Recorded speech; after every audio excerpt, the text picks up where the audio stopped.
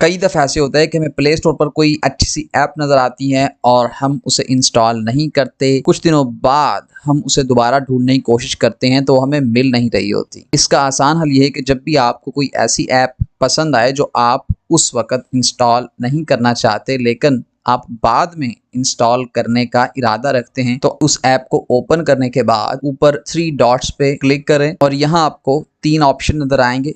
आप add to wish list पे click करें और इसके बाद ये आपकी विश लिस्ट में चली जाएगी।